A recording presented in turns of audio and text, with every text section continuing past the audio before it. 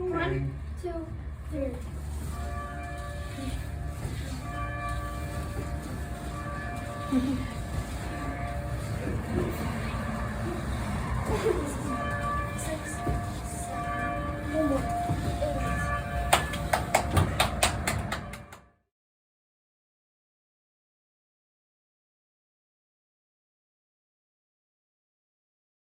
The Unitarian Church of Montpelier is located on western Abenaki land.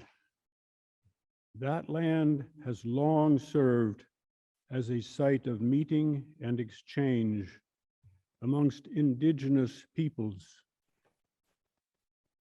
The Unitarian Church of Montpelier honors, recognizes, and respects these peoples as the traditional stewards of the lands and waters on which we gather.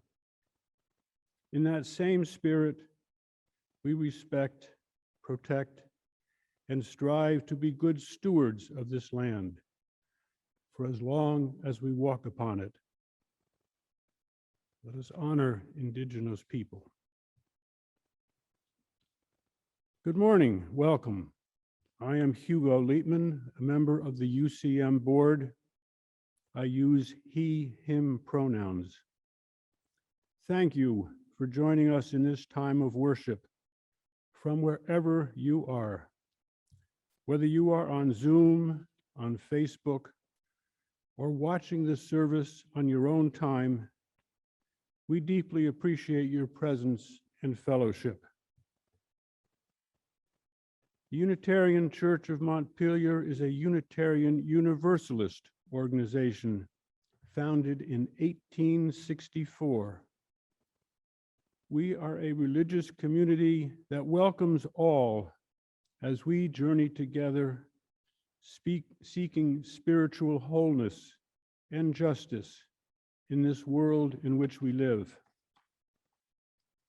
Whether you are a newcomer, a longtime member, or somewhere in between, you are part of our community, and we are glad you are here.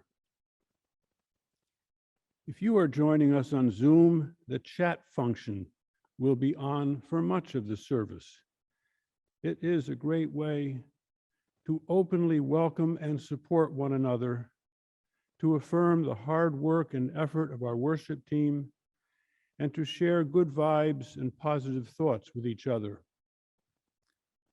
For technical issues and constructive thoughts, please send a private message to the Zoom host. You are also invited to share by joining us for our virtual coffee hour after this service. Thank you to our virtual greeters who are offering hospitality and tech help throughout this morning's service. Thanks also to the wizards who operate the cameras, microphones, and computers that bring us this virtual gathering. For increased accessibility on Zoom, click on the Live Transcript button wherever it appears on your screen.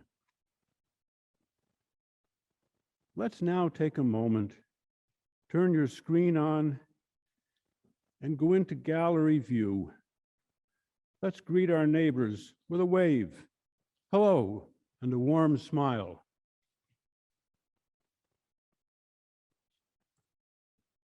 I now turn to a few announcements about the life of our congregation. The virtual coffee hour after the service today has a climate breakout room. It includes a mindfulness exercise to support people who want to commit to an action they can take to address climate change. This is part of an art project titled The Murmur of the Birds.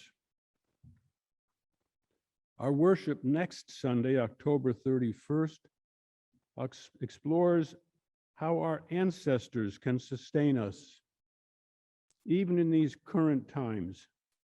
You are invited to send a scanned photo or a photo of an ancestor to us by Wednesday, October 27th, The address is in the e-news. It's ucm.worship.arts@gmail.com. We'll include as many photos as we can, and an ancestor can be anyone related to you or not, whose past life shapes your current one. Please read the weekly e-newsletter to learn more about the many upcoming events in our church community. You'll find that Reverend Joan is leading a book read. You'll find an invitation to participate in the holiday fair, other events for children, teens, and adults. We now enter more deeply into our time of worship with the Prelude.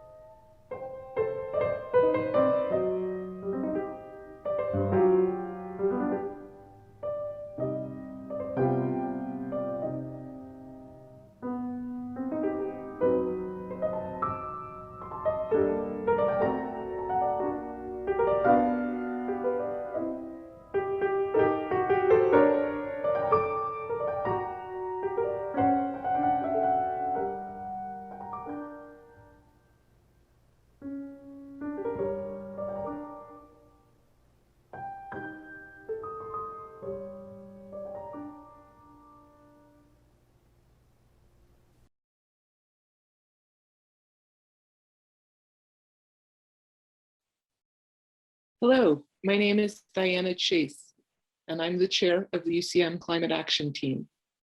When it comes to climate change and the climate crisis, how do we get from where we are to where we need to be?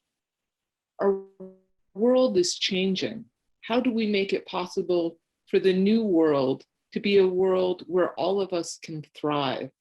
Eric Holthaus, in his book, The Future Earth, writes, The biggest change is within our own minds and hearts to envision that a world like this is even possible.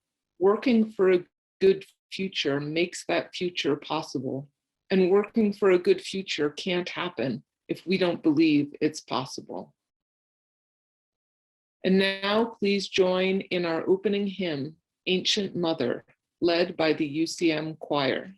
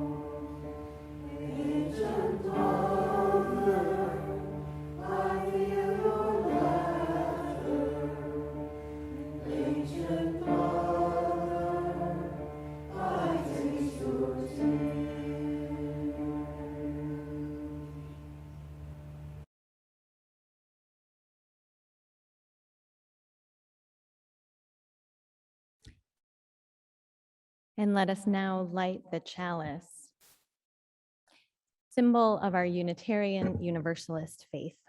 I invite you to light a chalice at home if you have one nearby. We light this flame, an enduring symbol of our collective commitment to lead with truth and compassion.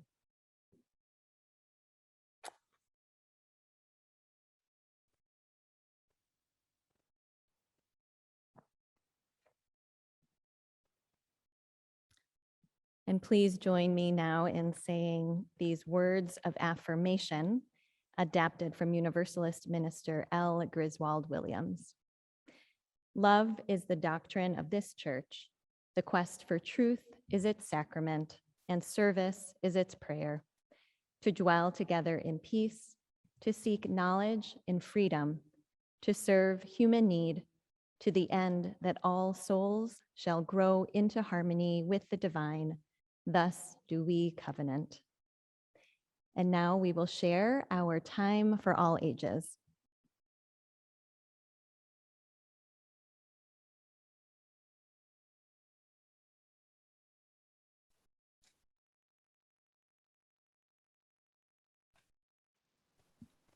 As hundreds, sometimes thousands of starlings gather into a flock, they create intricate patterns, undulating through the sky, forming dark shapes that seem almost surreal as they twist and turn in coordinated flight.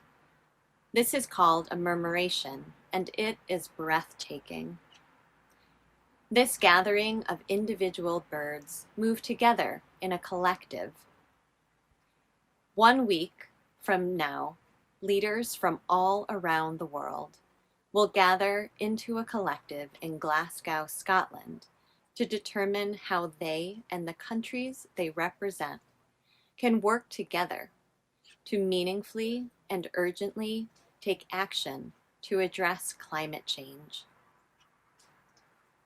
The image of the murmuration has inspired 2 artists from Canada and Scotland, Erica May Wood and Simon Sharkey, to create a global art project for this gathering. People from all around the world, of all ages, will participate, and I want to invite you to also take part in creating the Murmur of Birds. To participate, you will need a square piece of paper and an open heart. Find a time and a place that you can do some reflection. head to a quiet place outdoors, make a mug of tea and cozy up in your living room. Think about what you can do next to make a difference for the earth. What can you do next to reduce greenhouse gases? What can you do next to further advance the policies that will make our planet more sustainable for all of life? Will you pledge to ride a bike or take the bus more often than you drive your car? Will you pledge to contact a local, state, or national elected official to share your support for bold climate legislation?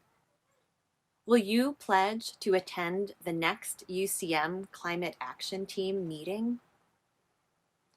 Write your pledge in the center of your paper, and then fold your paper into a bird. You can look for tutorials online or ask a friend for help. Bring your bird to our collection box at church, which will be at the school street entrance starting this Monday, October 25th through Monday, November 1st. We will string all of our birds together in an installation at the school street entrance to the building. Erica May Wood and Simon Sharkey tell us this: there is so much to consider and so much to achieve when we come together. This Murmur installation reminds us of that.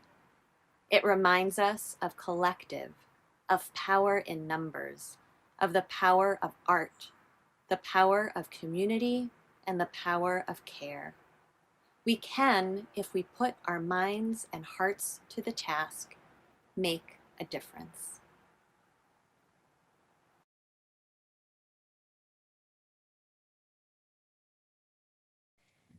I hope each and every one of you, adults and children alike, will consider joining in creating our Murmur of Birds and making a pledge for climate action.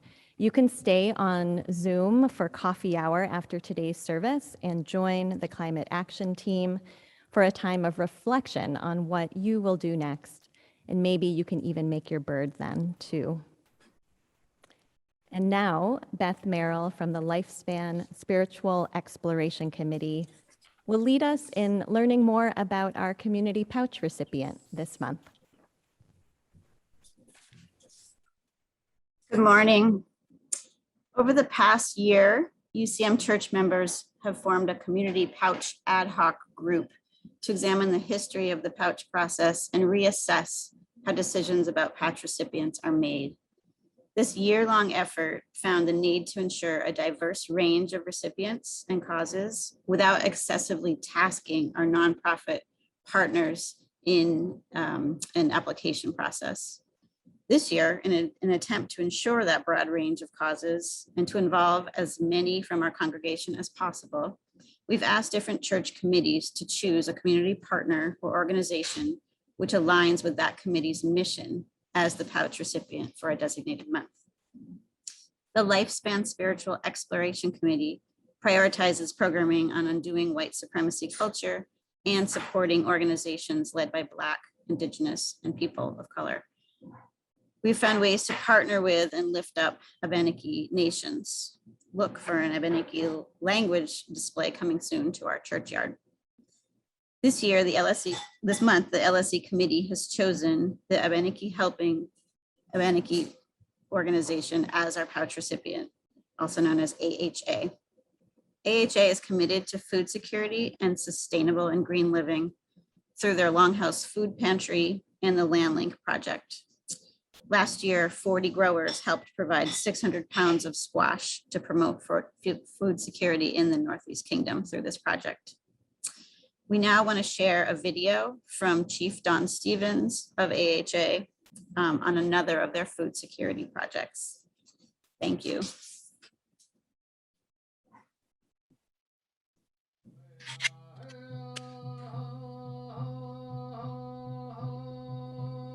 There's a lot of people that see the bison as a symbol of traditional native foods. There's a real health and nutrition to them. As part of our food security programs, this was a perfect opportunity to celebrate the wild spirit of the animal and also provide a food source. We have to do what we can to not affect our people, but allow this thing to become self-sufficient. Because we only had 65 acres of forest land, that's not big enough to put a bison herd on. So we have to rely on others who do have that resource, who are willing to help us support this project, whether it be through donating or visiting, so they can connect through their own spiritual sources. This will be the first bison herd that's owned by a tribe that I'm aware of in New England. And that's kind of an awesome thing.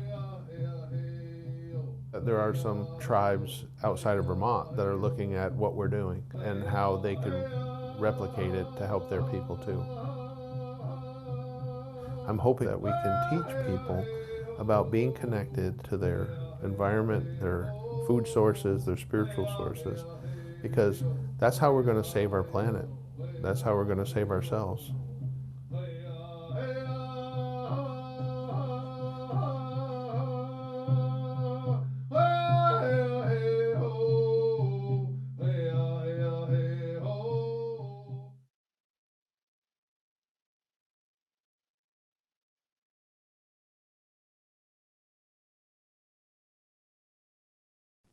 Our generosity is a form of love and gratitude, and our gifts, freely given, help us to practice Unitarian Universalism both within and beyond our congregation.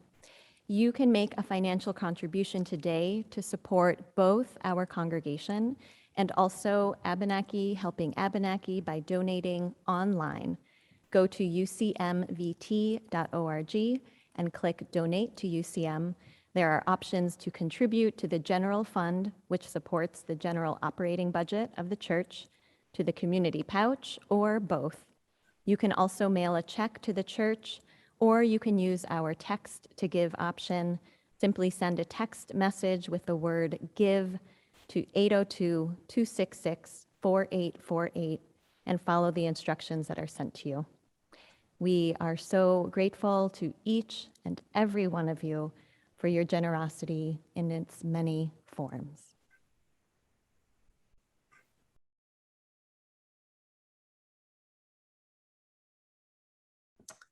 Today's musical offering, Do Not Carry a Heavy Heart, was written in 2019 by Alison Burns, a songwriter and workshop leader from Scotland. And she reports that she wrote this song with the climate crisis in mind.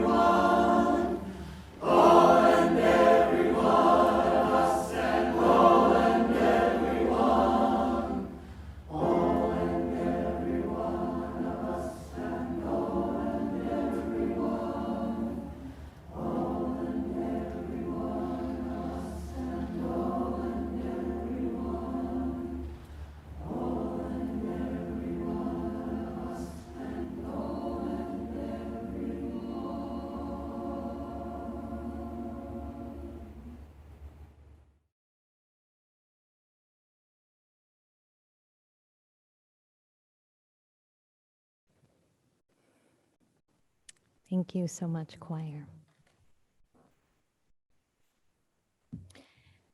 I invite you now to join me in a time of meditation and prayer. Allow yourself these few moments to quiet your body and your mind, to feel the reverberations of that beautiful musical offering.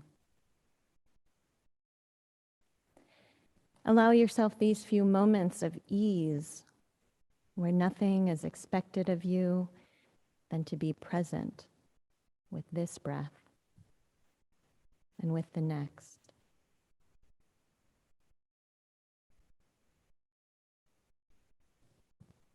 In these quiet moments, I invite you to become attuned to your heart, to the quality of your spirit,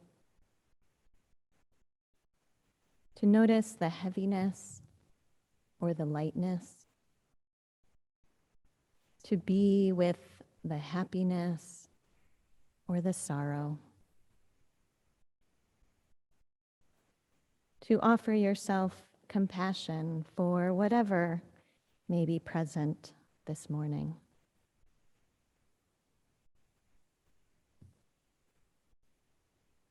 I want to bring into your awareness a concern shared by UCM member Mary Alice Bisbee, who had hoped to be heading for Ohio with her cousin tomorrow, but instead fell in her parking lot, bruised her bad leg, and spent a day in the ER. Mary Alice is unable to walk well and is confined to her home. She would love visitors and to hear from friends and anyone willing to help with grocery shopping, getting her mail and other errands, as her car is now gone to Ohio with her cousin. You're invited to reach out to Mary Alice and to send her your positive thoughts and energy. If you have a joy or concern that is present on your heart that you'd like to share with the community, you are welcome to put that in the Zoom chat or Facebook comments. I will not be reading these aloud this morning, but you can offer one another words of support in the chat. Art Stuckey, our lay pastoral caregiver, is available this morning to lend a listening ear of care. He will be available during coffee hour and I think has already shared his phone number in the chat if you would like to give him a call after the service.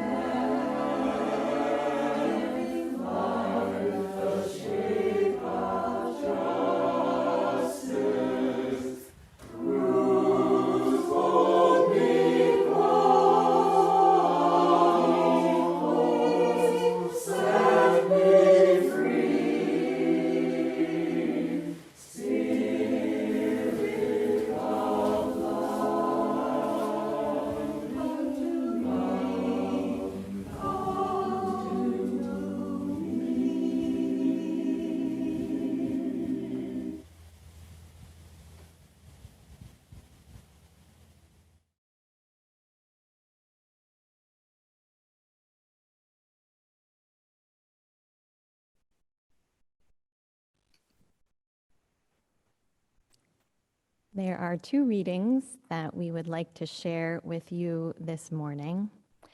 And the first is the poem Notes from a Climate Victory Garden by Louise Maher-Johnson. Rebalance. Greenhouse gases CO2, N2O, CH4, H2O vapor with photosynthesis. Recognize. Plants cool by evaporation, ground cover, shade, and precipitation. Replant. Lawns with victory gardens, as in World War past. Regenerate. Biodiverse farms with trees, flowers, herbs, pasture, animals. Restore.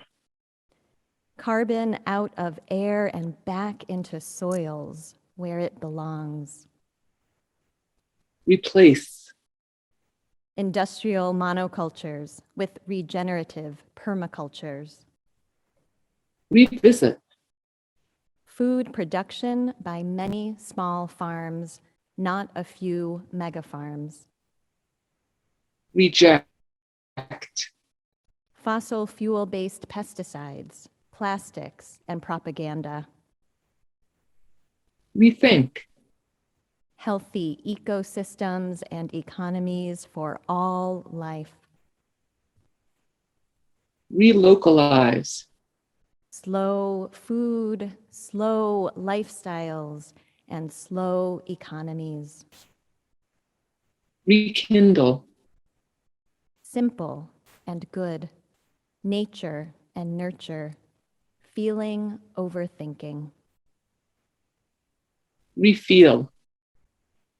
Kinship with pivoting sunflowers and starry fireflies. Revive. Wildness, woodlands, wetlands, wildlife, waterways. Reestablish. Health of bees, butterflies, birds, bats, beetles. Respect. Work of insects, both pollinating and recomposing life. Remember. Everything is connected. Everyone lives downstream and downwind. Reimagine. Deep conservation, cooperation, and community. Rebalance. Nature with nature. Mimic her, sense her, be her.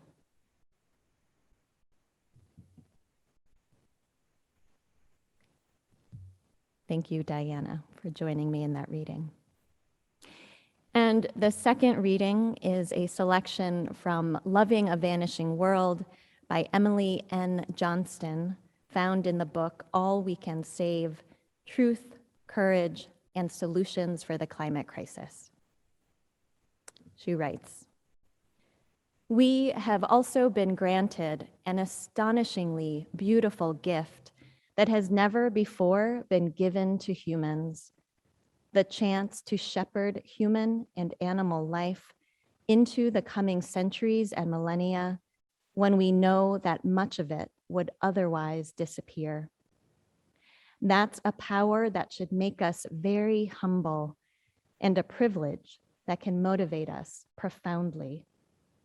In a way, our darkness, the knowledge that without our great effort, many or most of Earth's creatures will vanish, is what reveals the light within, the seed of life and possibility that we share with all of Earth's life, the one that we can carry forward. For better or for worse, we are the ones at the intersection of knowledge and agency."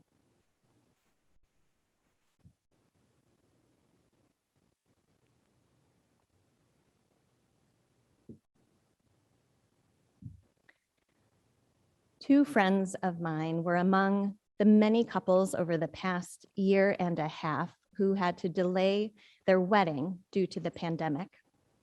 Early in September, they were finally able to have their ceremony in the Rocky Mountains of Colorado. My spouse and I were very excited to attend and to be present for this significant occasion for two dear friends. We also each had important roles, my spouse as a groomsman and myself as the wedding officiant. The night before our early morning flight was to leave Burlington, I received a dreaded text message at nearly midnight. Our flight had been canceled.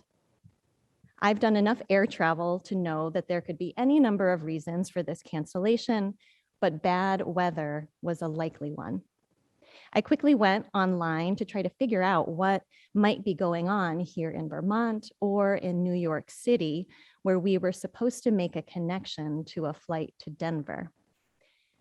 This was 4 days after Hurricane Ida had made landfall in Louisiana on the 16th anniversary of Hurricane Katrina.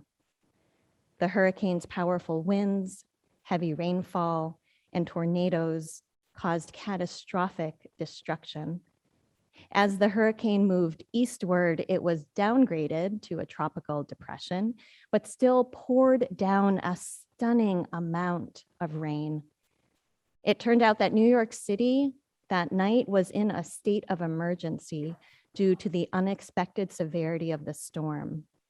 Flooding was overtaking the city streets. People were being stranded on public buses. Some people even lost their lives. Given our important role in this wedding, we were determined to make it to Colorado, and we booked another flight that avoided the storm's path. Climate disruption is happening everywhere. The inconvenience that my spouse and I faced was minor in comparison to the ways that so many people and so much of the natural world is experiencing the devastating impacts of climate change. These impacts are having an outsized effect on people with fewer financial resources who are already living in environmentally compromised communities. Just before Hurricane Ida made landfall, Vermonters commemorated the 10-year anniversary of Tropical Storm Irene, which many of you lived through. You and your neighbors, family, and friends know firsthand what it is like to live through an extreme weather event, how much can be lost, and how our wherewithal to pull together can be put to the test. From the multitude of disastrous weather events to the more subtle seasonal changes we are witnessing year after year, we know that climate change is not part of some distant future. It is here now. We also know that in the months and years to come, if we do not take bold action now, the natural balance of the Earth's systems will be pushed to further extremes. A recent study in Science magazine concludes that if we simply maintain our current climate policy pledges, children who are being born now will experience extreme climate events at a rate that is 2 to 7 times higher than people born in 1960. The wildfires, droughts, flooding, and extreme heat will become far too common. And we cannot deny the role that we humans have played in dramatically altering the Earth's delicate balance. Over the last 30 years, human-caused emissions have increased by 60%, even though we have known for decades that greenhouse gas emissions, largely caused by the burning of fossil fuels, has been unsettling the Earth's natural systems. The Earth is a marvelous and somewhat mysterious planet. We don't yet know scientifically just how it is that the Earth has managed over billions of years to remain a place that can sustain life. We have pieces of the puzzle, but not quite the whole picture. One theory that has been put forward is called the Gaia hypothesis, It posits that the earth is a single self-regulating system in which living organisms, as well as inorganic elements, rocks and minerals, are connected and working together to maintain a habitable planet. The Gaia hypothesis as a scientific theory developed fairly recently in human history, but it has resonances with the mythological and spiritual views of peoples over millennia. Indigenous peoples have long understood the earth as a spiritual being whose messages of balance and harmony people can listen to or ignore. And Gaia was among the primordial deities of ancient Greek mythology who personified the earth. Our relationship to the earth is deeply rooted in human culture and spirituality. Our ecological relationship to the earth is also made clear through our scientific understandings, which point to our role in maintaining or disrupting those systems.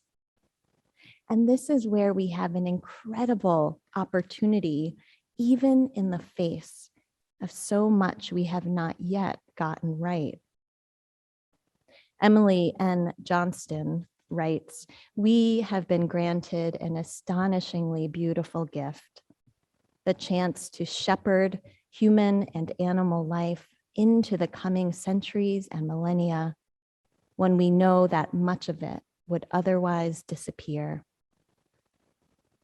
That's a power that should make us very humble and a privilege that can motivate us profoundly."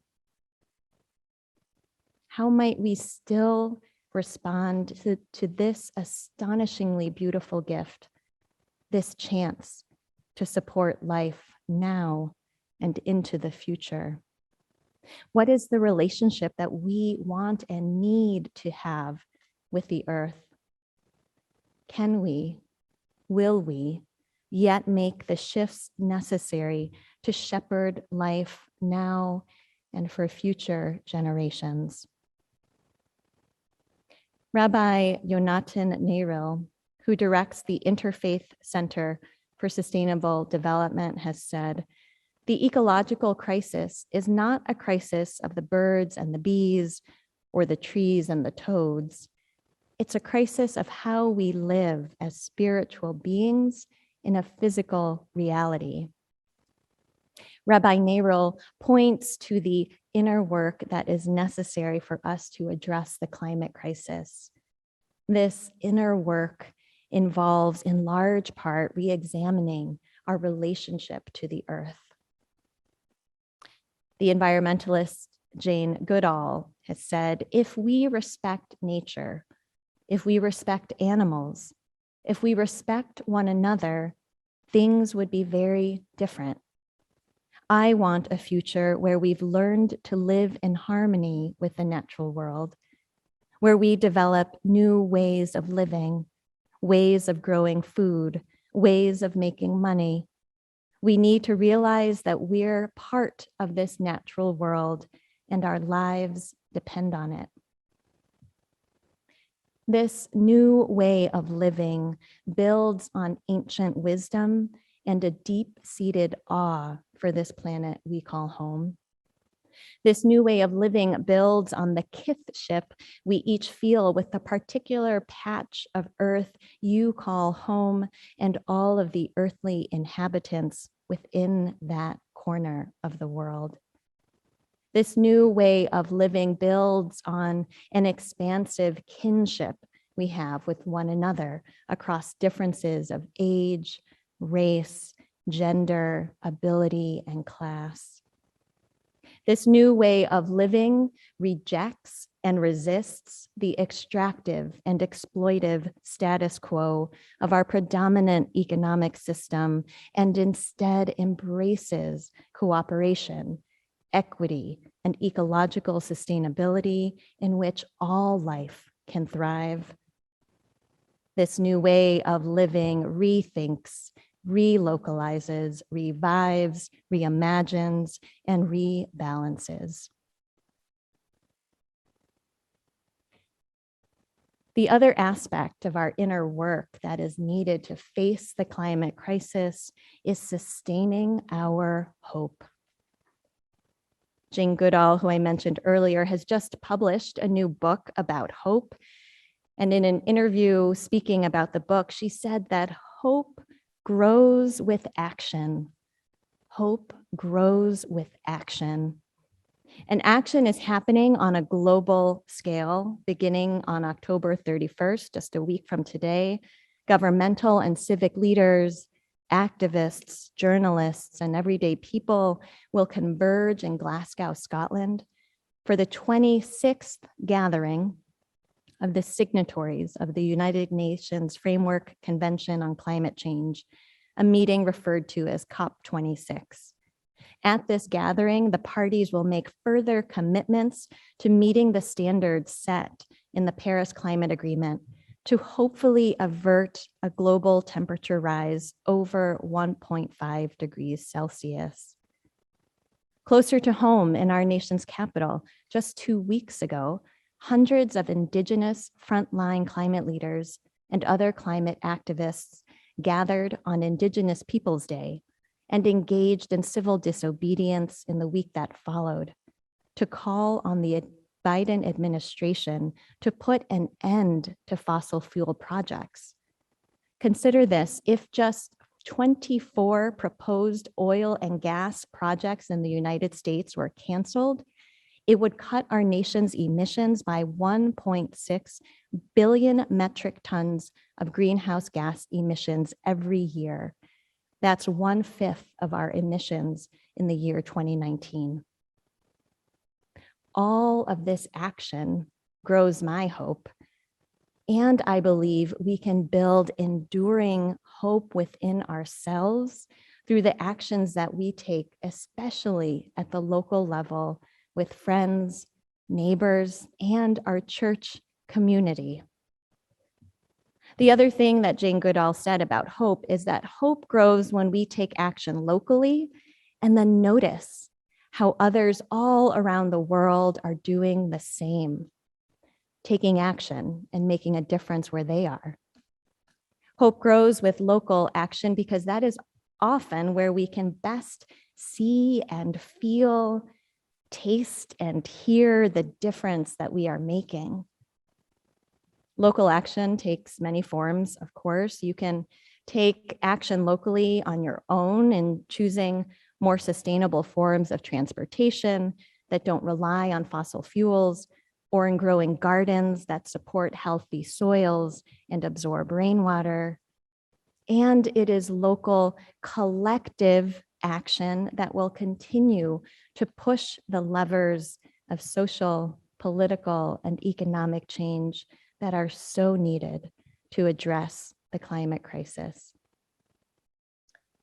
Here in Vermont, our state legislature passed the Global Warming Solutions Act in June of 2020 to meet our goal of cutting climate pollution in half by the year 2030. The state is now working towards creating a Vermont Climate Action Plan, which will guide efforts to cut carbon pollution and prepare our communities for a changing climate. And this plan has the potential to open many doorways to that new way of living that averts the worst of the devastation that we can foresee and embraces the still possible future of generations upon generations surrounded by this beautiful earth, our home. We can act together to draw upon clean and renewable sources of energy to get around and to heat our homes, our churches, our schools. We can act together to improve the health and resilience of our ecosystems and to localize our food systems. We can act together to build racial justice and equity into land stewardship and the greening of our economy. All of us are needed. All and every one, as the song says. Any action, however small it may seem, can grow hope and move us toward a new way of being in relationship with the earth, with each other, and the whole of life. May we choose to do our part. May we find strength and hope in one another. May we remember that we are the turning tide, all and every one of us, all and every one. So may it be. And I'll invite you to join in singing our closing hymn, For the Earth Forever Turning, led by our UCM choir.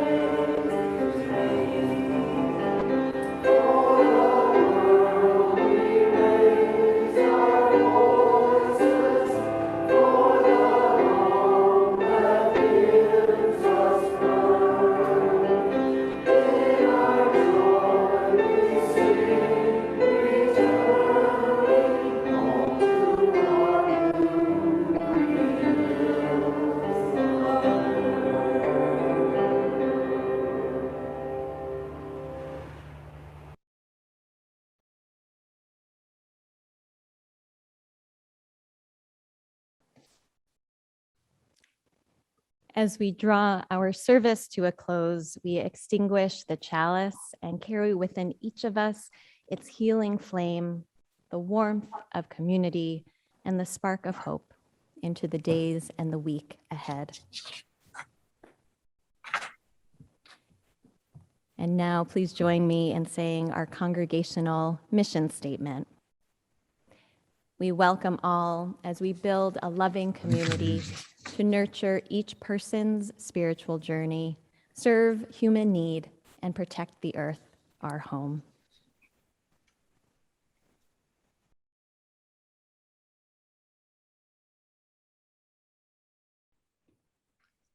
The Dalai Lama said in his booklet, Our Only Home, we Tibetans understand this interdependence. Healthy earth, healthy animals, healthy plants, healthy forests, healthy water, healthy people. Let me add that too many of us humans have neglected to honor the connections between a healthy earth and good health for all of Earth's living components. But more and more folks, from the Dalai Lama to members of our UCM community, are realizing that subduing the earth for the benefit of humanity is deeply flawed, and that enhancing the earth's still powerful inherent ability to sustain all forms of life is the most effective and most holy means to heal our only home. And we conclude our service with the postlude.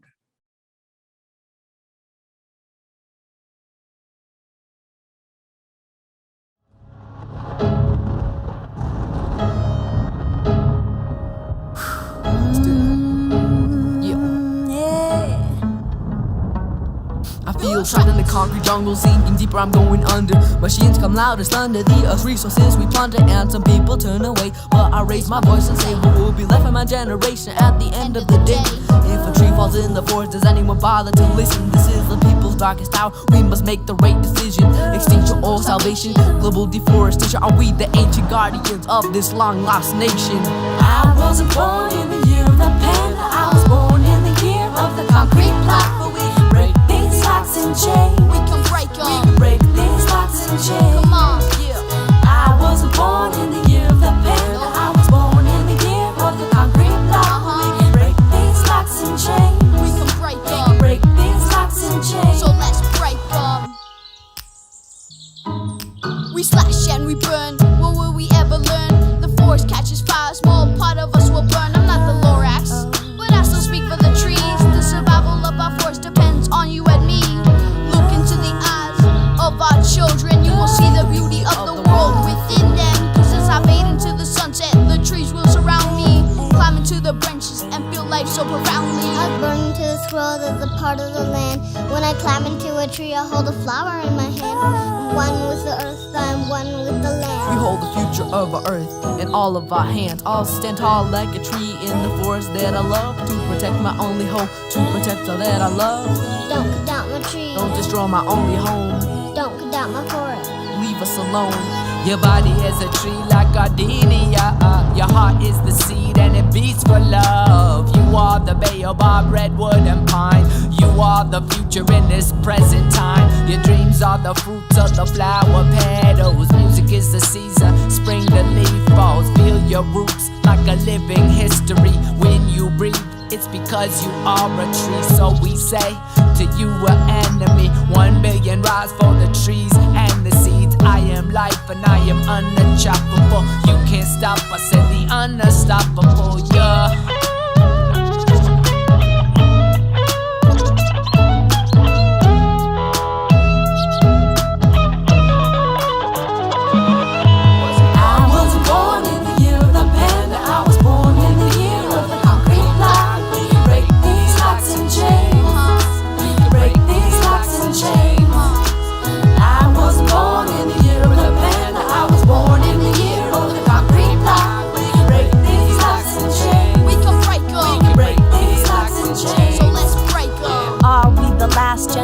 Of our people, we must rise up and fight for our freedom. If I plant one seed, I can grow a whole forest. I can bring back the trees that we all need to cherish. I can feel the pain of the Mother Earth, and I know that when the sun fades away and the lights burn low, I turn my head to the sky and gaze into the stars. Is this why we're really here? Is this who we really are? Put down our axes for the future generation. Restore our ancient forests, mass reforestation. Put down our axes for the future generation. Restore our ancient forests, mass reforestation. I wasn't born in the year of the